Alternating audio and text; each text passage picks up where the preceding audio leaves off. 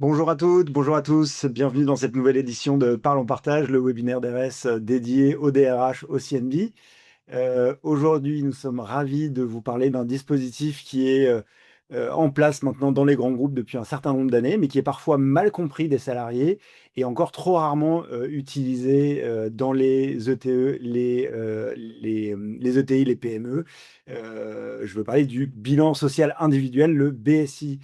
Euh, Notre invité ce mois-ci est Morgane Torin, courtier en protection sociale et en épargne salariale, fidèle partenaire RS depuis une quinzaine d'années maintenant, et fondateur de REM 360, une appli qui dématérialise le BSI. Morgane, bonjour. Bonjour Thibault.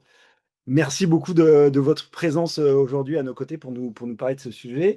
Avant de nous plonger dans le vif du sujet, est-ce que vous pouvez vous présenter en quelques mots, s'il vous plaît? Bonjour à tous et à tous. Morgane, fondateur du cabinet Taureau. Ça fait maintenant plus de 15 ans que j'accompagne les dirigeants et les DRH sur deux verticales des avantages salariés, donc la protection sociale complémentaire et l'épargne salariale. Donc voilà, spécifiquement, parce que c'est plutôt pour des PME, des ETI, donc pas forcément les grands groupes. J'ai vu au fil des années, il y a une conviction qui s'est vraiment amplifiée chez moi, c'est que les entreprises investissent beaucoup sur les avantages salariés, mais les collaborateurs ne perçoivent pas forcément l'étendue de tout ce qu'offre l'entreprise. Et alors justement, est-ce qu'il y a eu un moment, charnière dans votre parcours qui vous a fait, réaliser qu'il y avait un besoin autour du BSI? En effet, il y en a eu un, c'était début d'année 2023. Un rendez-vous, c'était pour une reconduction dans la cour d'intéressement, une PME d'une petite cinquantaine de salariés. Et la dirigeante me dit, Morgane, écoute, je souhaite recruter un poste clé. Et la candidate m'a amené un BSI d'un grand groupe, elle venait d'un grand groupe. Et j'ai pas su, on avait mis en place beaucoup de choses avec elle, avec la dirigeante, l'épargne salariale, super mutuelle, super prévoyance. Et elle m'a dit, j'ai pas trop su quoi lui dire pour vanter tous nos périphériques de rémunération. Donc ça a été un peu un élément déclencheur. J'ai essayé de confirmer un peu tout ça en allant voir même des grandes ETI qui n'avaient pas non plus ce type d'élément qui est le BSI. Et autre chose qui m'avait frappé à ce moment-là, c'était que le BSI qui avait été donné à la dirigeante, il était relativement statique, avec juste un éventail c'était une suite de chiffres et très peu de pédagogie, très peu d'illustration. Et je me suis dit, bah, c'est trop statique à mon goût, donc je pense qu'on peut aller plus loin dans le BSI. Donc d'une part, des salariés qui sous-estiment la valeur de leur package de rémunération, d'autre part, des documents PDF statiques, qui présentent ces informations, mais qui sont pas suffisamment qui sont pas à la page. Heu Tout à fait. D'ailleurs, il y a une statistique qui vaut sur le fait il y a 8 salariés sur 10 aujourd'hui qui sous-estiment leur package de rémunération. C'est une étude Benify, qui est un acteur international sur le sujet des rewards, qui avait publié ces statistiques. Donc, bon, ça a confirmé, cette stat a confirmé un petit peu ce que j'ai ressenti au fil des années d'ailleurs. Ça a été un peu la boucle était bouclée pour moi en 2023 et j'ai pensé à créer une appli BSI. Et alors justement, donc peut-être pour nos spectateurs, qui découvrent le sujet, qu'est-ce qu'un BSI? Et qu'est-ce qu'il doit contenir idéalement? Alors BSI pour bilan social individuel. Alors je suis OK avec le mot bilan, avec le mot individuel. Social, ça peut paraître peut-être un peu flou, je pense, pour un salarié. Donc j'aime bien le mot livret de rémunération aussi, enfin l'expression livret de rémunération. Alors en BSI, c'est quoi? C'est c'est un document, une illustration de ce que touche un salarié, donc toute sa rémunération avec un grand R, et c'est la rémunération lisible et invisible, directe et indirecte. Donc j'aime bien le mot direct et indirect. Direct, en fait, c'est ce qu'il perçoit sur son compte bancaire. Donc le net à payer, ce qui l'intéresse en général, c'est en bas de la fiche de paie, net à payer. Mais il y a beaucoup d'autres choses. Donc le rôle du BSI, c'est vraiment qu'il sorte de cette vision de bon, bon, bien sûr, il lui faut de l'argent pour vivre, il y a une problématique de pouvoir d'achat, donc ça, c'est ce qui est important. Mais il y a d'autres périphériques de rémunération et c'est ce qu'on essaie de mettre en avant avec un BSI.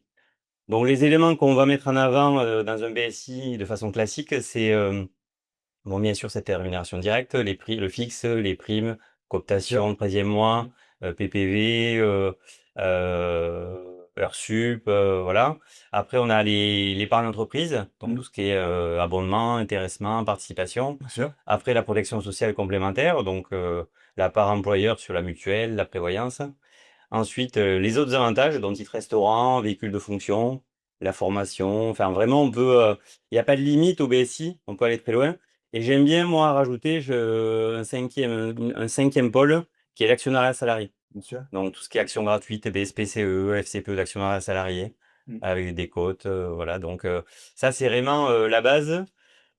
Donc pour que le salarié puisse voir plus large et d'autres éléments aussi sont à indiquer, notamment tout ce qui est, cotisation et contribution sociale.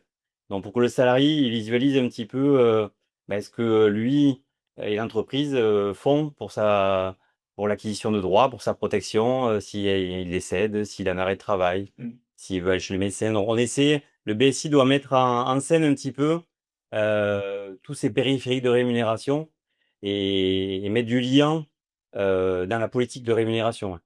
Et même on peut aller j'aime bien la thématique de la retraite, là, on voit que les systèmes, de retraite sont à bout de souffle. Je pense qu'aujourd'hui, un bon BSI doit faire un focus sur la retraite. Donc Bien sûr. et moi dans Rennes 360, j'ai un onglet dédié à la retraite où on va, transformer, des cotisations en droits. Mmh. Je pense que c'est important et même on peut aller très loin, on peut même parler aussi d'un score de package de rémunération, le REM score que je mets en avant moi. Ça permet de donner une note, au même titre qu'on donne une note à un aliment, avec le Nutri-Score, Bien sûr. on va, donner une note à une politique de rémunération de façon globale dans l'entreprise. D'accord. Hem, Ce qu'il est important de retenir, c'est que ce bilan social individuel, il n'est pas obligatoire, il n'est pas normé, Non, mais donc il doit s'adapter, aux entreprise, objectifs ouais. et à la situation de l'entreprise. Ouais, tout à fait. On peut, mais il y a des impondérables et des indispensables, ouais. La communauté un petit peu, du BSI, voilà, il y a quelques éléments clés qu'on retrouve, dans beaucoup de BSI. Mmh. Mais je pense qu'il faut, en 2026, je pense qu'on peut aller plus loin, que ce qu'on peut retrouver dans des BSI classiques. Bien sûr, on a fait la démonstration de l'utilité, de ce BSI pour le salarié, l'entreprise dans sa valorisation de son package de rémunération. Pourquoi aujourd'hui, les ETI peinent à s'en emparer? Alors pour moi, il y a 3 freins. Le premier, c'est le temps RH. Bon, en général, c'est plutôt, dans le département RH que le projet, arrive et le projet naît. Mais les RH manquent de temps. Il y a d'autres sujets à traiter en priorité. C'est un sujet qui mérite, c'est un projet qui mérite d'avoir, plusieurs compétences, notamment une triple compétence technique, enfin, il faut avoir une technicité en P, en financier, en fiscal, en social, bien sûr en ressources humaines et avoir aussi une certaine appétence à être pédagogue. Bien sûr. Et avoir, une envie d'avoir une expérience utilisateur, maximale pour que le salarié, il se sente pas, perdu dans des chiffres, dans du texte. Donc voilà, donc c'est un projet qui est pas évident à mener et c'est pour ça d'ailleurs que les grands groupes, créent des départements, Comp and Ben, CNB, qu'on retrouvera pas forcément bien sûr dans les PME, mais dans les ETI, voilà 200-300 salariés, il y a pas forcément de CNB, mais il peut y avoir des CNB d'ailleurs à temps partagé. Donc je pense que c'est quand même, important d'avoir, un chef de projet ou, quelqu'un qui a toutes ces compétences pour, faire un bon BSI. Tout à fait et dans Et deuxième, oui, donc ça c'était le premier frein. Deuxième frein, alors beaucoup sur le marché, on trouve enfin sur le marché du BSI, on peut trouver des BSI, relativement statiques et les RH ont en tête quelque chose où, qui n'a pas forcément une utilité puisque les salariés vont peut-être rester que 2 minutes sur le PDF. oui, Ils vont le mettre dans un dossier, oui. ils le regardent une fois et puis ils le mettent de côté. Mmh. Donc ils considèrent que c'est beaucoup de travail pour peut-être, une finalité, et une utilité qui est minime. Ouais. Je pense que c'est une erreur peut-être de leur part et enfin c'est sûr, c'est une erreur de leur part, mais ils ont pas conscience aussi, enfin le département RH n'a pas conscience qu'il faut faire vivre ce BSI, faut faire des relances, il faut Mmh. l'animer, il faut le compléter. Donc, il faut pas rester que sur une liste de chiffres, une page, protection sociale, une page, épargne, Ouais. une page formation. Donc il faut vraiment, aller plus loin. Voilà, donc c'est une erreur que peuvent faire les départements RH. Et puis dernier point, c'est le coût. Bien Donc sûr. il peut y avoir, on peut faire du low cost avec le BSI, mais ça demande beaucoup de boulot côté RH, pour processer, toutes les datas de pays et cetera.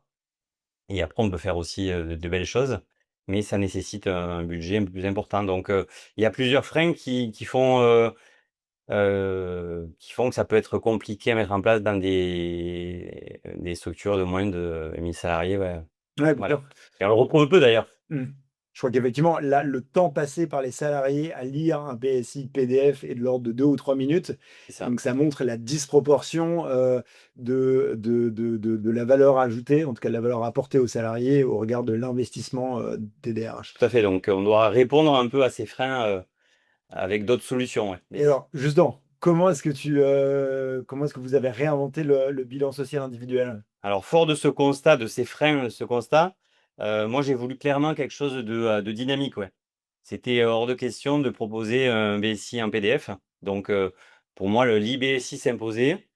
Hem, et puis après, j'ai voulu traiter, clairement, des nouveaux sujets, que ce soit l'apport d'entrée vers les avantages salariés. Que le collaborateur, en plus de voir un petit peu son découpage, Mmh. monétaire de son package de rémunération, comme on a vu avec les 5 blocs, c'était important pour moi de mettre, sur chaque chiffre, d'expliquer l'avantage salarié.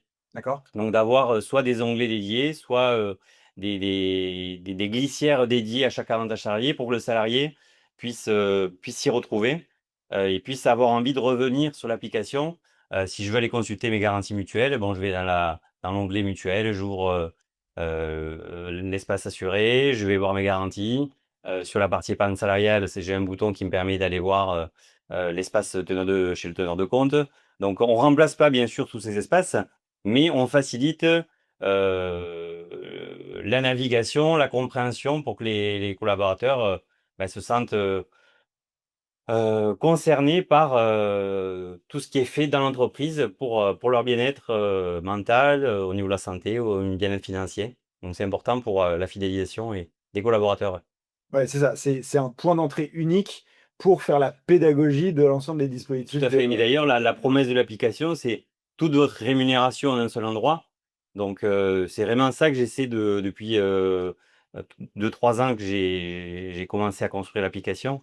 J'ai jamais dévié de cet objectif. Mais c'est surtout aussi faire de la pédagogie, vulgariser des sujets souvent qui sont un peu poussiéreux, techniques. Donc on essaie d'apporter, de la simplicité dans tout ça, ouais. Pour les salariés, qui ont du mal des fois à s'y retrouver et ils se sentent perdus, historiquement, ils sont perdus. Mais là, c'est un outil qui doit permettre, à l'entreprise de vraiment de fluidifier, la communication sur, RH sur tous ces sujets. bien sûr. Et justement, vous parliez de récurrence dans l'utilisation du BSI par les salariés. Comment est-ce qu'on crée, cette répétition dans l'usage et comment est-ce que on sort de cette, consommation unique une fois par an en 3 minutes?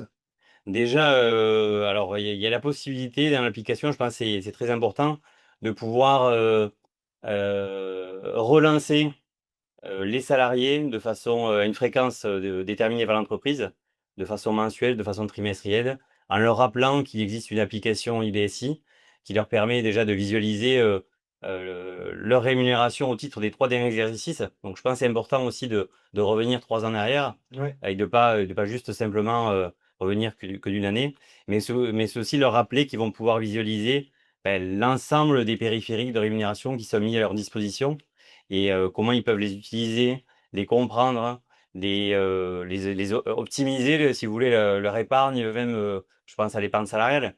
Des fois, ça représente des entreprises ça représente jusqu'à 3 mois, 3 mois de salaire. ouais, bien C'est pas sûr. neutre. Donc je pense que c'est important d'optimiser, mais pour optimiser, il faut d'abord comprendre. Ouais, tout à fait. Et alors, du côté des équipes RH, qu'est-ce que la mise en œuvre de ce type d'outils, change? Voilà, comment est-ce qu'ils peuvent s'approprier ces outils? Alors tout à l'heure, on parlait d'un frein qui était le temps. Donc le temps pour les RH, c'est assez précieux. Donc nous, on a pris le parti de prendre en charge un petit peu tout le traitement de la data. Donc c'est Oui, nous qui nous occupons de toutes les données de paie.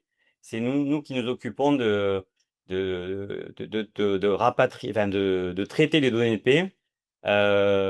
Tout ce qui est mis en place au travers des périphériques de rémunération, pareil, bon, on a juste besoin des informations qui permettent d'alimenter le BSI. Mais le gros du travail est fait par notre cabinet, donc je pense que ça, c'est un point fondamental. Ensuite, côté RH, il y a la possibilité pour les RH, bien sûr, de voir les BSI de chaque collaborateur. Donc ça, c'est ouais. important pour les entretiens annuels, d'avoir très rapidement, et même pour les managers d'ailleurs, d'accéder aux 3 derniers BSI, les BSI des 3 dernières années, Mmh. chaque collaborateur. Et puis, dernier point, je pense que c'est important, donc c'est bien pour fidéliser des collaborateurs, le BSI, mais je pense que c'est bien aussi pour attirer. Donc c'est pour ça qu'on a mis en place le Welcome BSI, qui est une proposition d'embauche personnalisée façon BSI. Donc je pense que c'est important, de mettre en scène un petit peu, la politique de rémunération pour attirer le candidat, d'avoir une super mutuelle, c'est bien, d'avoir, des accords d'intéressement et de participation qui, ont régulièrement distribué, du monétaire, d'être, donc je pense que c'est bien d'avoir ce Welcome BSI. Donc c'est un document, qui est travaillé à la fois par les RH et par moi, en collaboration conjointe. Donc je pense que c'est un outil qui permet de, voilà, d'aider les RH, à être, à accroître leur marque employeur. Ouais. Par ailleurs, j'imagine que le fait de dématérialiser cet outil permet aux équipes RH de, bénéficier de tout un tas d'indicateurs sur, l'utilisation du BSI par le salarié et comprendre, voilà, quels sont, les différents avantages qui vont les intéresser, quels Tout sont à les fait. On a mis en place un reporting trimestriel, donc où les RH qu'on transmet aux RH, qui vont, ça va leur permettre de voir quels sont encore le pourcentage de collaborateurs qui n'a pas activé son IB, son espace IBSI. Quelles sont les pages les plus fréquentées? Donc tout ça, c'est anonymisé, bien sûr. Donc là, on réfléchit de façon globale. Qu'est-ce qui est le plus consulté? Donc c'est un document qui est un peu primordial, qui permet de piloter un petit peu cette communication RH et qui permet de la faire vivre, de l'améliorer d'accord. et de voir où est-ce qu'il y a des points morts et des points faibles, ouais. Mmh. Donc c'est une véritable stratégie de communication et les RH sont véritablement acteurs de leur com RH via l'outil. Très bien. Justement pour les RH, pour les dirigeants qui souhaitent se lancer, qui trouvent, que cet outil peut avoir de la valeur dans la valorisation de leur dispositif de rémunération, quelles sont les bonnes pratiques? En termes de déploiement, de timing, de communication, de format, de données, voilà. Par où commencer? Comment s'y prendre? Par où commencer? Alors je dirais, déjà savoir, où se trouvent les données Mmh, et quels sont les dispositifs en vigueur. Des fois, on s'aperçoit qu'il peut y avoir des dispositifs, il n'y a même jamais eu de note qui a été réalisée. Donc ça permet aussi de faire un point ouais, sur ce qui est en place. Donc c'est un début de on fait le tour. Ensuite, en termes de timing, bon, on est sur un format quand même annuel, ouais, en termes puisqu'on présente des chiffres, sur l'année N-1, N-23. Mais après, on fait vivre, bien sûr, de façon, au cours de l'année, les différents, périphériques, qui sont en vigueur. Mais, donc, de façon annuelle, en général, c'est après les NAO. C'est un bon moment, le mois de mars. En ouais, général, les NAO, ça débute entre septembre, octobre, ça se termine février, mars. Après l'année civile, voilà, mars, c'est un bon moment pour publier le BSI de l'année -1. Faire une super com, je pense que c'est important, il ne faut pas lésigner sur la première communication et les relances, dans les premiers jours, les premières semaines. bien Donc c'est à sûr. ces moments-là qu'on peut capter, le plus le collaborateur et puis ne pas hésiter à faire des bandeaux, sur l'extranet, entreprise, ben, bien sûr d'adresser des mails, et ensuite, l'outil BSI doit pouvoir permettre aussi d'envoyer des notifications. Ouais, Ça, c'est quelque chose qu'on a mis en place, des push notifications où, dès qu'il y a une bonne nouvelle, peut-être c'est ceux qui sont déjà connectés à l'application, ils vont recevoir une notification disant, bah, on change de mutuelle, mmh, l'accord d'intéressement se déclenche, vous allez recevoir bientôt un mail du département RH, et cetera. Donc c'est important, pour se lancer d'avoir en tête tous ces éléments. Mais c'est vrai que, il faut vraiment être au fait et au clair sur ce qu'on doit communiquer, ouais. Puis j'imagine que, pour garantir la bonne adoption de l'outil, l'onboarding, des managers, leur bonne compréhension de l'outil est essentielle? Ouais, tout à fait, donc il faut bien les informer. Le CSE d'ailleurs, j'avais oublié, d'en parler. Le CSE aussi est à mettre dans la boucle, ouais. Leur en parler.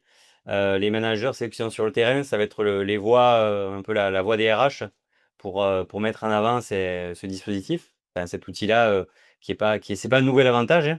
C'est quelque chose qui permet de fluidifier la com RH et de favoriser la marque employeur. Donc c'est vrai que les managers, doivent être informés en amont pour que ce soit, mieux adopté, ouais, clairement. Est-ce qu'il y a d'autres, outils ou dispositifs qui peuvent justement, permettre de présenter efficacement l'outil aux salariés et s'assurer de leur adoption? Oui, oui, à la mise en place, clairement, il peut y avoir, une petite vidéo, du département RH qui présente un petit peu en 30 secondes, 1 minute, l'application. Moi, je peux faire, il est important, que le prestataire fasse, une présentation aux salariés. Mmh. Donc ça peut être en visio ou en présentiel sur site. Mmh. Heu, Ça c'est une des façons et après des relances, assez fréquentes, ouais. Et par ailleurs, quelles peuvent être les erreurs ou, les pièges dans lesquels il ne faut, pas tomber?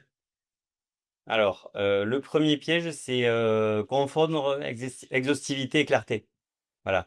Tout à l'heure, on a dit qu'on pouvait, il y avait pas de limite. On pouvait aller très, très loin dans l'étendue de ce qu'on publie dans un BSI, mais il ne faut pas noyer le collaborateur. Donc il faut être Bien sûr. clair, simple, lisible. Donc il faut vraiment, c'est un équilibre qui est assez délicat. Donc, enfin nous de notre côté, c'est ce qu'on a toujours, voulu faire, donc être exhaustif, mais être simple, lisible pour que le salarié, il ait envie d'ailleurs de revenir sur la plateforme, ouais. Cette exhaustivité et cette clarté qui peuvent sembler par moments, antinomiques, ça se construit dans la conception du BSI avec l'entreprise, avec l'équipe RH, avec l'équipe, dirigeante pour identifier quelles sont les bonnes métriques, les bons indicateurs qu'on Bon, souhaite, tout à fait. Alors mettre en avant. moi je suis plutôt, je vais leur dire que il faut être exhaustif, donc je vais leur poser des questions pour qu'elles n'oublient rien, mais c'est après, c'est le département RH qui va faire en sorte de réduire ou pas ce qui doit être affiché. OK. 2e erreur, négliger la pédagogie. Donc je pense qu'afficher des chiffres, sur l'année de -1, ça a pas de sens si, on ne dit pas ce que c'est. Bien sûr. Si on met abonnement, 1 500 €, si les salariés ne savent pas, même si de plus en plus les salariés le savent, mais ne savent pas ce que c'est l'abonnement, Mmh. comment ça fonctionne, quelles sont les règles d'abonnement, je pense que ça perd de sa valeur. Bien sûr. Donc c'est pour moi, c'est important d'être exhaustif, enfin exhaustif bien sûr dans la pédagogie et de simplifier et d'illustrer les différents mécanismes, qui sont en place. Donc c'est un travail, de longue haleine, voilà qui est important de bien intégrer quand on conçoit, un BSI pour pas tomber dans ce piège d'être, très très très sommaire, ouais, dans la Très clair, présentation des chiffres, ouais. très clair. Peut-être une dernière question. Le BSI, c'est le point de départ. Pour les entreprises qui veulent aller, qui veulent, aller plus loin, qui veulent faire de leur politique de rémunération un véritable facteur levier d'attractivité, de rétention de leurs collaborateurs, qu'est-ce qu'elles peuvent faire? Bah, déjà, c'est prendre un petit peu de hauteur, par rapport au sujet, Ouais, et c'est vraiment, qu'elles deviennent architectes de leur politique de rémunération. Donc, c'est le BSI, c'est le début, par exemple, là, actuellement, on parle beaucoup de la transparence salariale, avec une directive européenne qui va être transposée dans la loi française. Donc je pense que ça permet, de débuter, cette, ce travail pour mettre en lumière, une marque employeur, ouais.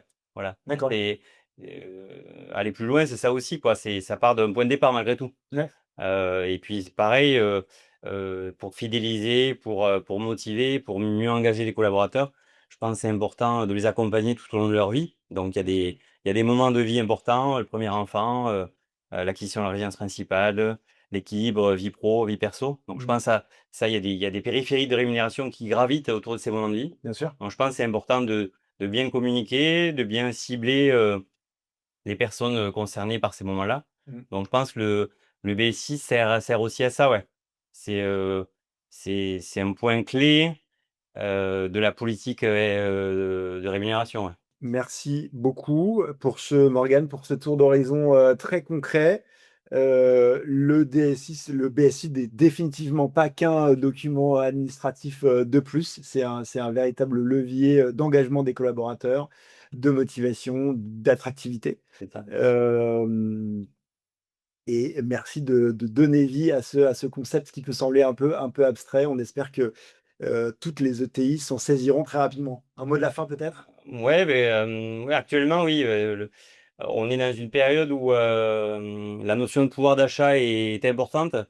Donc je pense que c'est un bon moment pour mettre en scène ce qui est déjà mis en place, ouais. Parce qu'un avantage, qui n'est pas compris, les salariés n'en tiennent pas forcément compte. Donc je pense que le bilan social individuel, ça passe par cette démarche de faire un point sur tout ce qu'on a mis en place pour, favoriser, l'engagement des collaborateurs, améliorer la marque employeur. Mmh. Et je pense que c'est dans l'intérêt de tout le monde, à la fois de l'entreprise, de la performance de l'entreprise et de collaborateurs pour qu'ils se sentent mieux, et mieux intégrés dans un collectif et dans l'entreprise. Merci beaucoup. Est-ce qu'on est dans les temps? On est dans les temps. On nous a posé quelques questions, donc on va se Volontiers. permettre d'y répondre.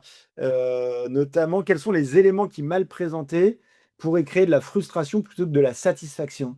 Mettre en avant des éléments qui sont pas mis en place dans l'entreprise. D'accord. Heu, je pense notamment, à l'épargne salariale, s'il y a un accord d'intéressement et de l'abondement. Ouais. Si on affiche qu'éventuellement il peut y avoir, de la participation qui peut être mise en place, Oui. ça peut éventuellement créer une certaine frustration et Oui. par rapport au cercle familial d'un collaborateur et Bien sûr. cetera. Donc ça, même si je suis plutôt partisan de la transparence Bien sûr. et d'afficher tout ça. Mais d'où l'intérêt de se poser, bien la question en amont, au moment de la conception de ce bilan, social individuel avec le dirigeant, avec le DRH, pour vraiment, présenter les éléments qui vont venir répondre à la situation, de l'entreprise Oui, oui, salariée. mais je pense que le BSI doit être vu comme un outil du dialogue social, ouais.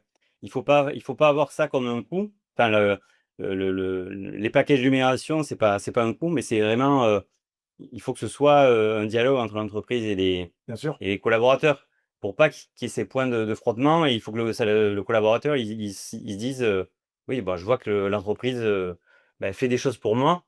Donc la frustration, théoriquement, quand on enclenche ce cercle vertueux, il y a a priori, on va la minimiser la frustration malgré tout. Et alors justement, D'où l'intérêt aussi du REM score d'ailleurs, qui ouais. permet d'améliorer les dispositifs. Je ne sais pas s'il y a eu des questions sur le REM score, mais Alors non, mais il y a une question tout à fait liée à ce dernier point, c'est ouais. est-ce qu'il existe des indicateurs pour mesurer l'impact du bilan social, individuel, au-delà des enquêtes de satisfaction interne? Est-ce qu'aujourd'hui ça a été mesuré ou? Clairement, il y a pareil, le 8 sur 10. Le 8 sur 10, c'est aussi, il y a 8 salariés sur 10 à poste équivalent et rémunération, équivalente. S'il y a des dispositifs salariés qui sont, mis en place en complémentaire et qui sont mis en avant par l'entreprise, c'est des bons points, qui vont, pour l'entreprise, ouais, donc OK. Et peut-être une dernière question, est-ce qu'il est pertinent de différencier le BSI par type de population? Ou est-ce qu'il vaut mieux avoir un format unique, pour éviter les comparaisons, internes? je suis plutôt format unique. Alors chaque BSI bien sûr est individualisé. Après il y a des parties qui sont propres, mais on peut, s'il y a une mutuelle pour les cadres et une mutuelle pour les non-cadres, enfin des garanties pour les cadres et des garanties pour les non-cadres, chaque collège verra, des choses qui sont propres au collège. On peut différencier, mais globalement c'est la même structuration. Très bien. Écoutez, merci J'espère que j'ai beaucoup, pu répondre. Morgane, c'était très intéressant. Merci à tous pour votre attention. Je vais vérifier s'il n'y a pas de dernière question, mais je ne crois pas. Merci à tous pour votre attention. Nous nous retrouverons au mois de juillet pour parler engagement et attractivité des jeunes talents, des jeunes générations. Merci à tous. Au Merci. revoir. Au revoir.